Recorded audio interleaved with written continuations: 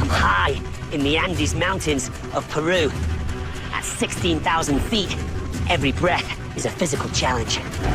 Oxygen-depleted air, blistering sun, and bone-chilling cold will make this one of my toughest missions yet.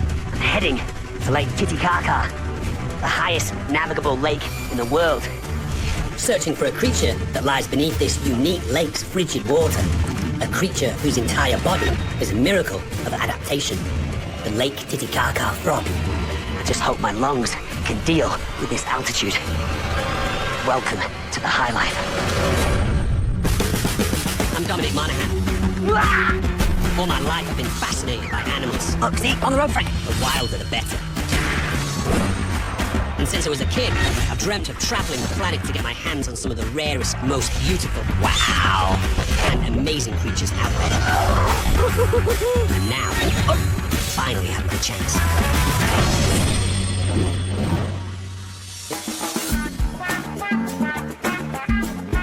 I'm in Lima, capital city of Peru, and it's wintertime here, which means that for 4 solid months, the fog hangs over the city like a cold, grey blanket. I've come to Peru to find one of the rarest and strangest amphibians on the planet. It also lives in the largest and highest freshwater lake in the world, Lake Titicaca. Quite convenient, then, that it's called the Lake Titicaca frog, the largest truly aquatic frog in the world, and a real survivor. Check this out. 2.5 miles above sea level, Titicaca's frog battles near freezing temperatures, low oxygen, and the searing UV rays of the sun. This frog has managed to evolve some very specific adaptations to allow it to survive in these harsh conditions. To see how this aquatic warrior survives one of the harshest climates on Earth, the only way is up, way up. Lake Titicaca sits at 12,500 feet, so even catching my breath is going to be a little difficult. Let's get moving, Frank.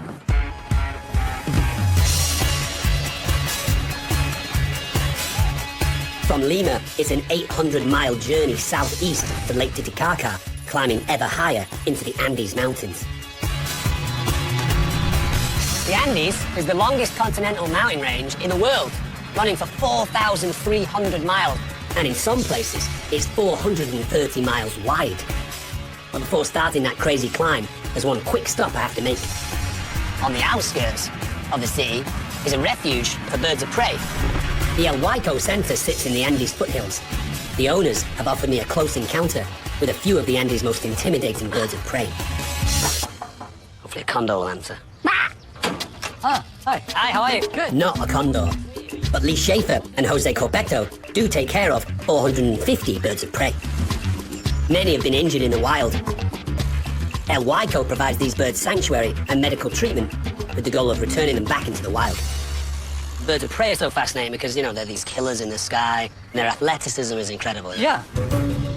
And their eyesight, and their intelligence. You know, some of them hunt in groups like a pack of wolves. But the first bird of prey I encounter is a solitary avian assassin. Look at the size of that eagle, Frank. The black-chested buzzard eagle is the second largest eagle in Peru. With deadly claws and a powerful 6-foot wingspan, it's able to swoop down and carry off mammals as large as rabbits, skunks, and even foxes.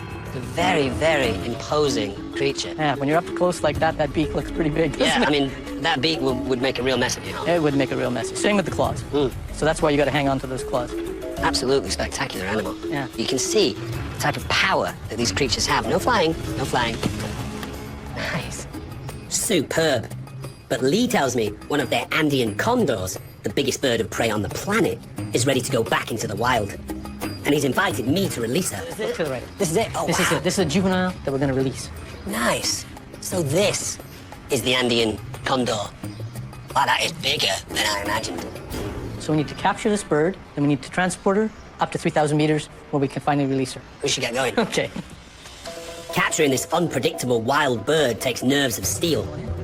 So it's best to follow the leader. So can you just push pressure on the bird, hold her down, like he's doing? Pressure, pressure, yeah. Obviously a little stressful for the animal, but they're trying to help it out. We're going to try and tape this beak shut now. This is the dangerous part of a condor. This is the most dangerous part of the condor. She can rip open flesh. Think of her on the back of a cow. She just rips it open like it was nothing. Can you lift it up? Sure. You got a hold of her? Feel like I do. We're gonna walk away with her now. Come on. This female was wounded in a fight with another condor. It takes several months of intensive rehab. And if she passes a medical exam, she can finally be set free. First job, take a blood sample. Not a task for the faint of heart. Yikes, she likes to move. All right, can you put a new tape on A there? very strong bird. She's got that tape off there, and I don't really feel comfortable with that beak. Without a second's thought, they will make a mess of you if they can to get free. Yeah. Try and keep everything calm, comfortable. We test the blood to see if there's any diseases. We don't want to release a bird back into the wild that has disease. She's got some blood there. Next, they test her eyesight. And with eyes like that, this animal is capable of seeing prey from like a kilometer away, Yeah, right? exactly. And finally, I get to see why the condor has become the symbol of the Andes. You're okay, she's got the bird, you open the wing out. So I just do I have the bottom? Right here, right in here. It's all yours. Wow. Keep going. There you go. Wow. So, Look at the wingspan on that creature. So this wingspan allows these creatures to get very, very high in the sky. But obviously, a damaged wing for a creature like this could be a death sentence. it could be a death sentence. But Yeah. it all looks pretty good. Yeah. I think she'll be fine. I think we can release her With a clean bill of health, she's ready to hit the road. nice and slow. Okay. Nice.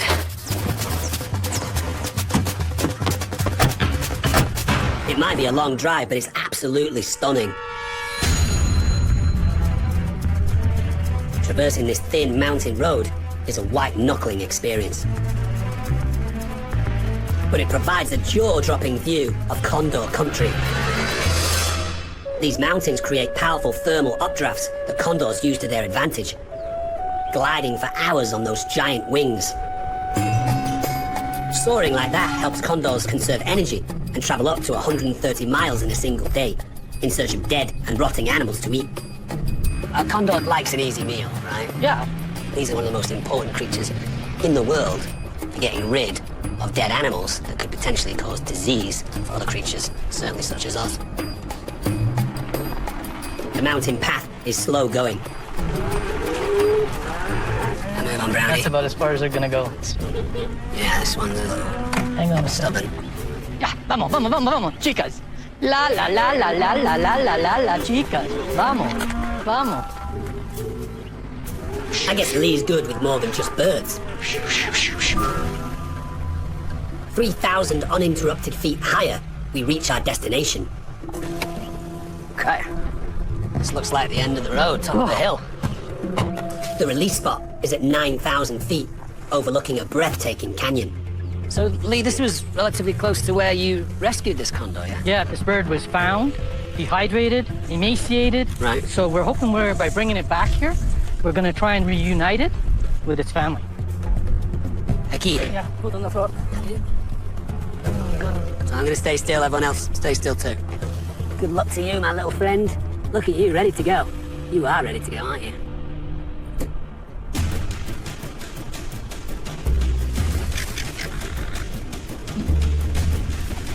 Look at that wingspan and look at that bird.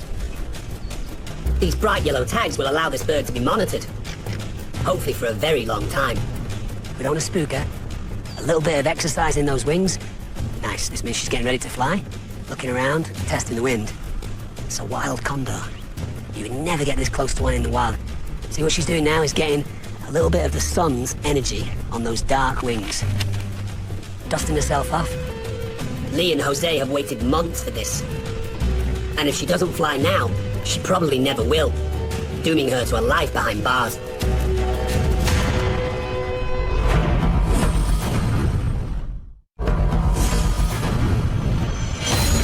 I'm 4 hours south of Lima, Peru, and 9,000 feet high in the Andes, holding my breath that this Andean condor will take its first flight after months of rehabilitation. Look at that wingspan and look at that bird. A little bit of exercise in those wings. Nice, this means she's getting ready to fly. Looking around, which way should I go? Testing the wind, and then she'll make that first big flight. Look, see, here we go. And she's off. There you go. Like that. We may never see her again, and that is probably a good thing for that condor. What a feeling. Wicked. What an invigorating start to my journey. Seeing this bird take to the skies and soar into a new life is something I'll never forget. but I have to keep moving. My next stop is at the end of this epic, mostly unpaved mountain road, Arequipa. To get there, I have to wind my way up this harrowing mountain road.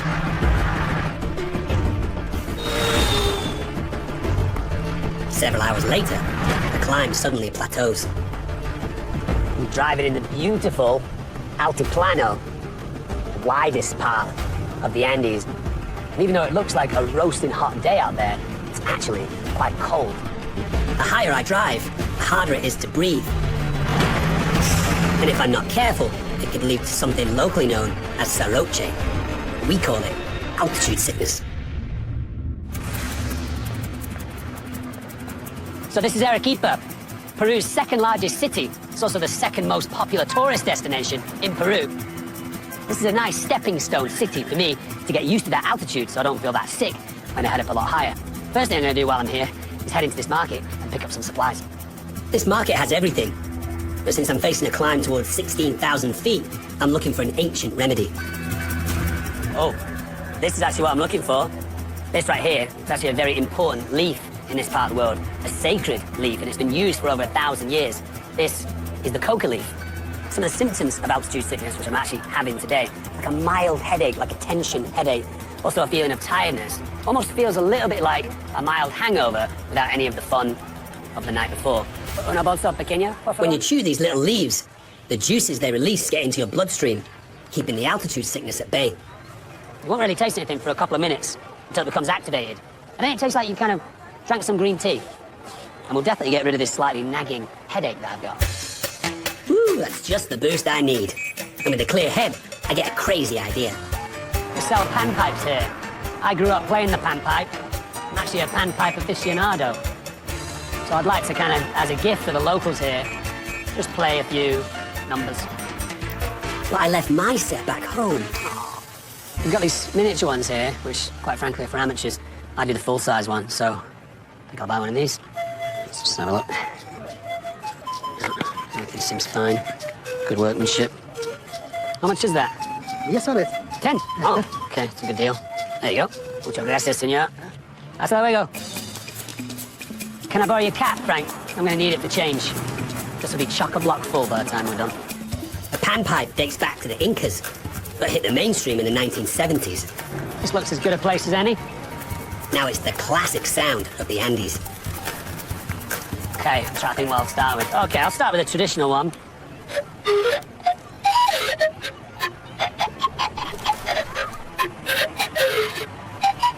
These pigeons are loving it. You can see one of them's jumping on the back of the other one, loving it so much. It's either my unique style or the fans' discerning taste. The crowd is quite slow to warm up. Oh, muchas gracias, señorita. Right, let's have a look. Let's see how much money I've got. Oh, it's heavy, this, Frank. Oh, what have we got? 1 soles 50. Not bad. Might be enough for a coffee before we hit the road. This is the final stretch. From here, it's 200 miles to Lake Titicaca, the place where I'm going to find the Lake Titicaca frog. By 11,000 feet, I need to stretch my legs. Maybe I'll even find some animals. It's rough going, just walking at this height on this uneven terrain. It seems desolate, but life does exist at this unforgiving altitude. And it looks like something strange is happening up here.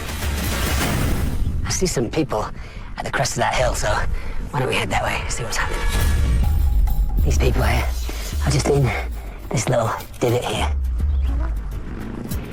I see some motorbikes there. It looks like these people are chasing something big. It seems like they've got these creatures surrounded. What is going on?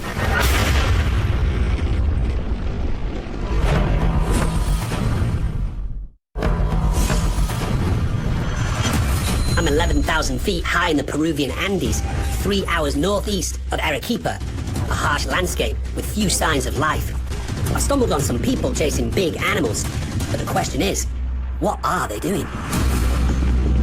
It seems like they've got these creatures surrounded. They're now trying to cut them off with this brightly coloured rope. Yeah, there's about 10 of them. The animals are funneled into a preset trap, and I finally get my first proper look. I'd originally thought that these were llamas or maybe alpacas, but they're actually vicunias. Similar to the llama and the alpaca, in the same family. It's got a little bit of a camel-y face, I think. Don't let their doe-eyed looks fool you. These guys are survivors. In this thin air, vicunia blood has evolved to deliver oxygen way more efficiently than low-altitude animals, like myself. But the vicunia's most striking survival feature is their soft, lightweight, and gorgeous golden fleece.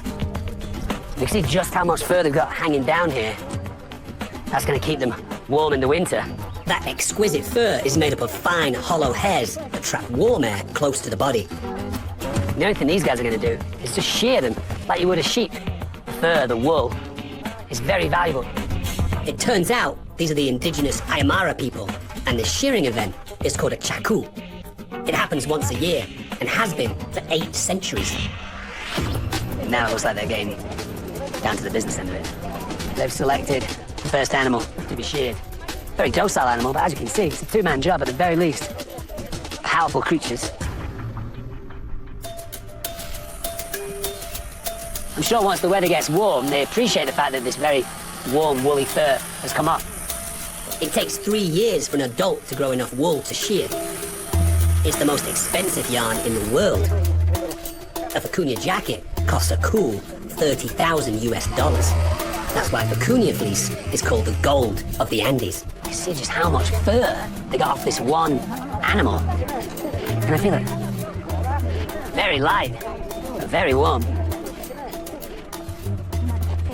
Oh, see? Okay. Want me to shear it? With this wool being so valuable, handing over the clippers to a rookie seems like a bad idea. But including me is a wonderful example of the warmth and generosity of the Aymara people. Look, I made a pig's ear of that. No bueno. No bueno.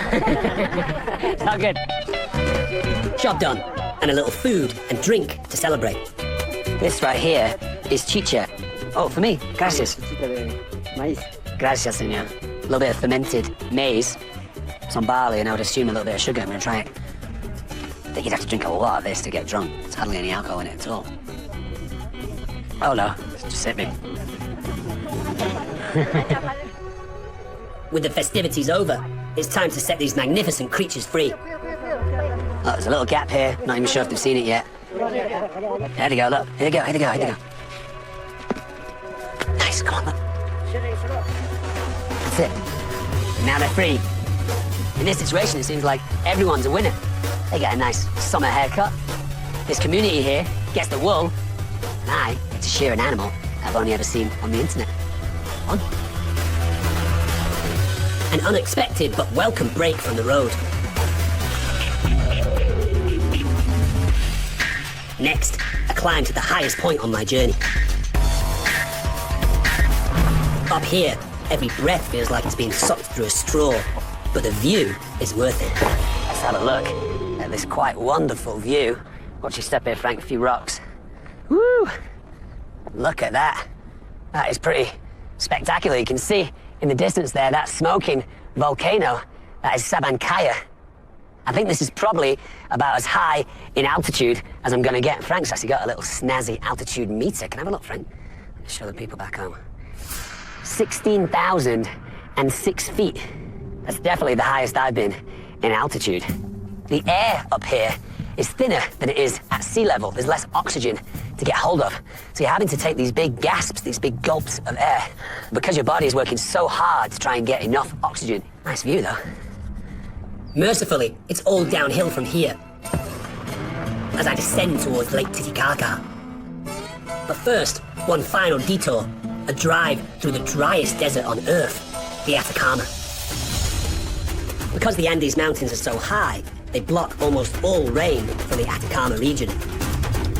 On average, a measly 1 millimeter of rain falls each year, and parts of it have never recorded moisture. But these extreme conditions are perfect for one thing: dune boarding. I've never done it before, so I've called in help from the pros. Hey, Gimme! Dom, Hey! we're ready to catch some air then? Sounds good. Cool. Gimme is an extreme sports enthusiast with a dune boarding business based in Arequipa. He's the ideal dune boarding guru. What we do is we add a nice layer of wax every time we go down to grab some nice speed and slide off the dirt, no? So you want a lot of wax. The more wax, the more speed. So now we get on our board and we start. I'll watch you, Gimme, and then whatever you do, I'll probably do the opposite. Oh, so I'm gonna be a test dummy? Yeah. That works, let's do it. Okay.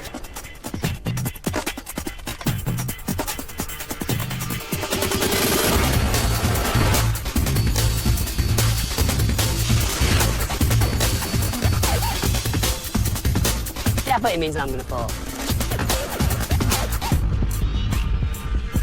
Here goes nothing. Luckily, the soft volcanic sand cushions me from the tumbles. And I managed to put together a pretty good run. One last opportunity to eat a little sand when the welcoming committee arrives.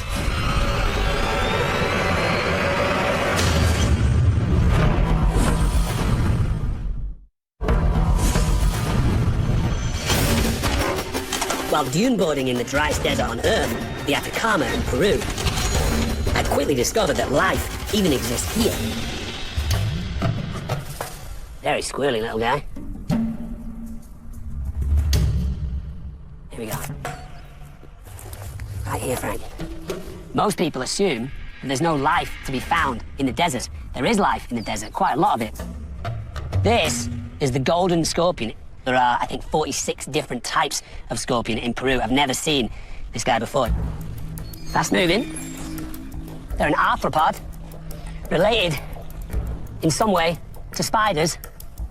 These creatures usually create shelter by burrowing into the sand. This one's looking for a place to hide. Scorpions are ambush predators. They wait in the shadows for unsuspecting prey. Oh, you're going digging. These guys have fantastic adaptations to living in the desert. They don't need a huge amount of water. They also do pretty well when there's a drought in food. If this guy fed maybe 4 to 6 times a year, it would be okay.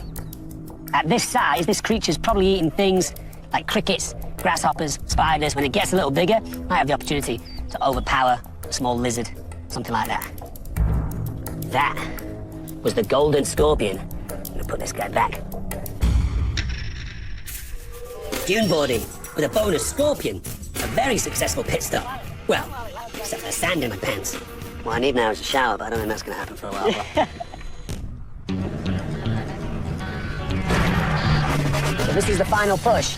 Next up, Lake Titicaca, 12,500 feet above sea level, to find the animal I've trekked all the way from Lima to see. Lake Titicaca frog. So that is Lake Titicaca. With an area of 3,200 square miles, it looks more like an ocean than a lake. 40 years ago, an estimated 1 billion Titicaca frogs lived in this vast body of water. Recently, the frogs are landing on dinner plates, or sold as superstitious cures for many ills. Now they're an endangered species. So finding them is a daunting task, which is why I'm meeting with Titicaca frog expert Dr. Arturo Munoz, who's taking me out frog spotting. We're going to one of the frog's known breeding grounds. This is a critically endangered frog, but in terms of the best place on the planet for me to try and find it, that's where we're headed right now. Yes, that is the best place. Hopefully, that boosts our chances of finding this elusive creature before nightfall. Which way? That way. This is it. This is a good spot for them. Yeah, there are some nice rocks. What are we looking for? Well, basically, we need to turn on the rocks, so we have more chance to get some juveniles. Okay. I tell you, the water's not warm. Since it's winter now, the water is near freezing. But the frogs still live here to avoid the sun's powerful rays. Did you get something? No. I don't know how any creature can survive in here. Dom, I have something for you. You have it? Yeah, I have juvenile. Check this out. Oh, that guy's cute. This is more or less 1 year old.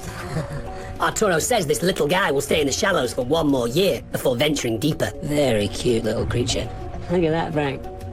Quite dramatic spots on its back. Oh, you can see those folds of skin on him quite easily there. Fully grown, these folds of skin will be even more pronounced. and this pint-sized juvenile will become a super-sized frog, as big as a dinner plate. Let's put this guy back. There you go, buddy. A nice find, but it's the adults I'm after. Unfortunately, that will have to wait until the morning. Arturo has arranged for overnight lodgings close by, on Lake Titicaca's famous floating reed islands. These islands were originally built by an ancient community called the Uru. They were forced off their land by invading Incas 500 years ago. With no land left, the Uru built their own, using these reeds. There's quite a lot of people living here. There's around about 97 islands. From the boat, I can see the layers of tutura reeds. They've been lashed together and piled up on the water to create all those 5-foot thick parcels of floating land.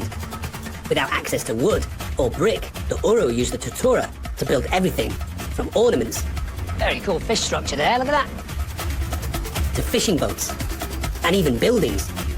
I'm actually gonna stay on one of these islands tonight. And in the morning, I'm gonna wake up, meet Arturo, to take another crack at finding an adult Titicaca frog. Nice soft landing. But surprisingly solid, kind of like small bamboo shoots. The flexible reeds are hollow and very strong. The matted islands only sink about 10 inches, even under all this weight, and with Frank as well. What's going on over here? Look like they're building a little pathway.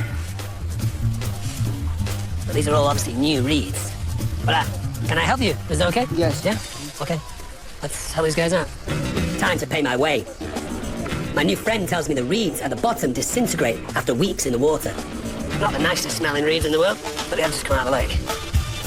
To keep the floor intact, new layers get added on top. Every 10 to 15 days or so, they'll replace this. And it seems like all the community just pitch in and help. Oh, it's got me working. It's hot work, I tell you. And this altitude doesn't do you any favors either. Which is the reason why I'm a little tired. Looks like these guys are doing it okay. Over generations of living at this altitude, the Uru have developed extra red blood cells, which keep oxygen and energy flowing. Just for a minute, Frank. I'm knackered. So it's time to move to a different island, find my hotel, and hit the hay. Whew. This charming little island we're approaching here is called Christina's Island. Not sure if Christina lives here, but there are some ladies and a gentleman waiting to say hello. Hola. Hola, Kamisarake. Soy Cristina. Oh, you're Christina? Sí. Yo soy Dominic. Kamisarake. Hola, chica. So maybe you can show us around. Sí, todos. Todo. Ah, it's all made from these reeds. After an exhausting journey, I can't wait to get some rest in one of the quietest places on Earth. You hear that, Frank? Whoa, what is that? Do you want to move?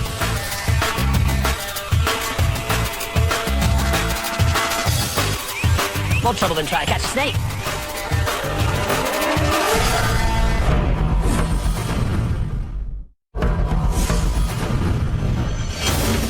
I'm in Peru, on a floating reed island in the middle of Lake Titicaca. At 12,500 feet, catching this wild beastie is no easy task. Do you want to move? I'm already out of breath. Great escape artist. I'm not gonna hurt you, I'm not gonna hurt you. This is a wild guinea pig. Now, I'm not hurting this little guinea pig. One of the reasons why they're called guinea pigs, it's thought, is because of that noise that they make. They can sound a little bit like a pig. But guinea pigs are not related to pigs, and they're not from Guinea. They're rodents from the Andes. They're highly social creatures. In the wild, they live in large groups. And with this gorgeous coat of fluffy fur, they're well equipped for the high life. They were domesticated by the Incas about 3,000 years ago, probably for food more than anything else, not for pets. And then, 500 years ago, invading Spanish conquistadors took guinea pigs back to Europe to sell as pets. They're one of the most domesticated creatures in the world. They can be very, very tame indeed. But in Peru, they remain a source of food to this day, much like rabbit back home. The taste is supposed to resemble kind of a oily pork, which might be another reason as to why they're called the guinea pig. I've handled some wild things in my time, so I know better than to push my luck. It's quite an intimidating little creature. And if it bites you, dangerous. Fast. Scary. Sharp claws. Sharp teeth. One of the more terrifying animal experiences that I've had. The extremely squirrely and highly unpredictable guinea pig of Peru. Put this guy back now, just watch out, Frank, because if she goes for you, I would say run. Oh, back away, Frank, back away! After that frightening experience, it's time to turn in. My room on Christina's floating island hotel is a traditional Uru hut, built with dried totora reeds and decorated with traditional Uru fabrics. It's so pretty. The colors in here are so beautiful. Gracias. Sí. Muchas gracias. Okay, cool. Tomorrow is my only chance to complete my mission, so I need some rest. What a fun day. Time to turn in for the night, though. Tomorrow, we hunt the frog.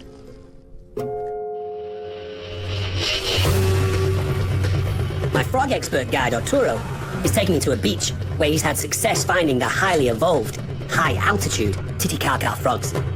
Wow, that is some view.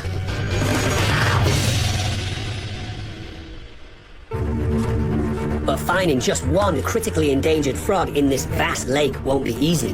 Making matters worse, weather and time are not my friends. It might look like a beautiful day, but looks are deceptive. The freezing winds over the lake are like icy daggers. Probably look a little stupid in this extra thick wetsuit, but if you can imagine, that mountain has snow on it all year round. It's not too far away from this lake. In fact, it probably feeds this lake, making the water a mind-numbing 54 degrees. Even with this wetsuit, I've only got about an hour in the lake.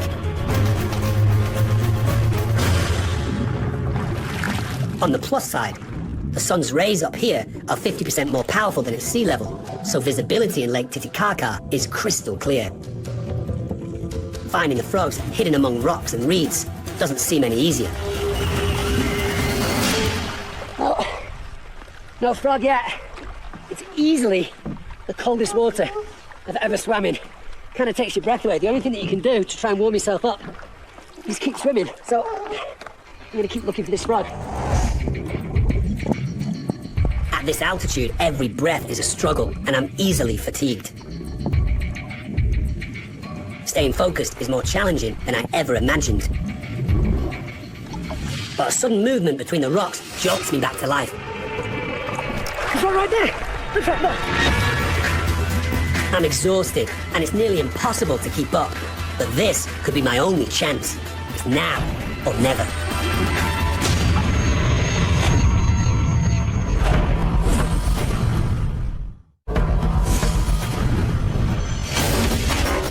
From sea level to 12,500 feet, I've scaled the Andes in search of the Lake Titicaca frog. Finding one on the lake floor is a challenge. At this altitude, keeping my breath and focus is tough, but not impossible. There's one right there! Look at that!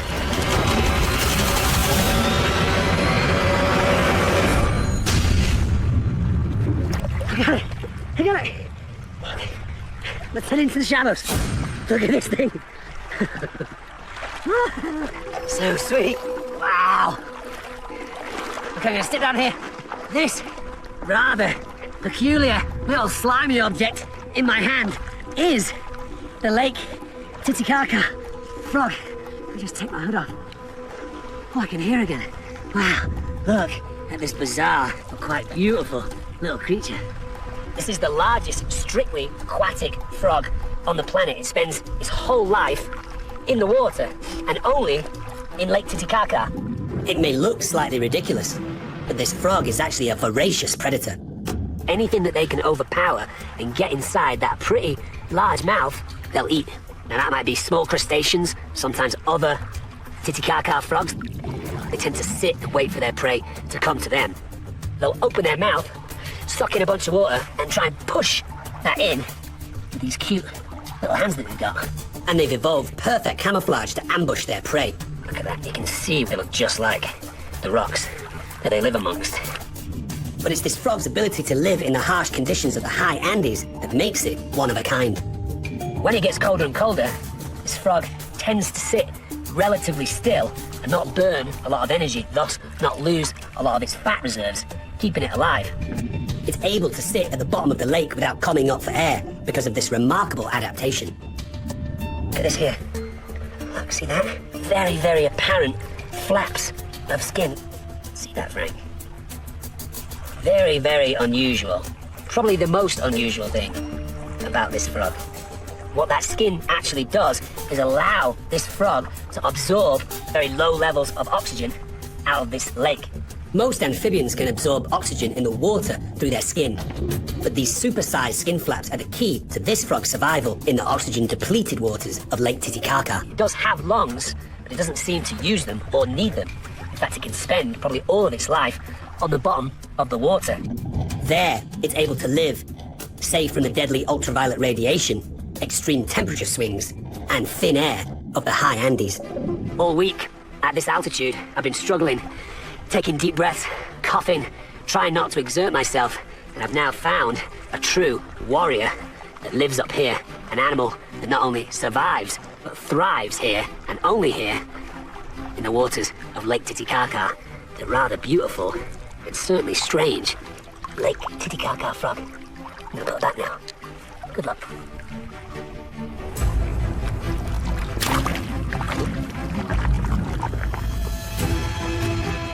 So that was my adventure in the Andes. I got to release an Andean condor and witness its first wild flight. Got to see some truly spectacular landscapes, surf in the driest place on Earth. I also had an encounter with one of the strangest and rarest amphibians in the world, the Lake Titicaca frog. I've had a formidable crash course in survival in one of the most extreme ecosystems on Earth. All right, Frank, what do you say? Let's hop it. For more wild things, go to oln.ca.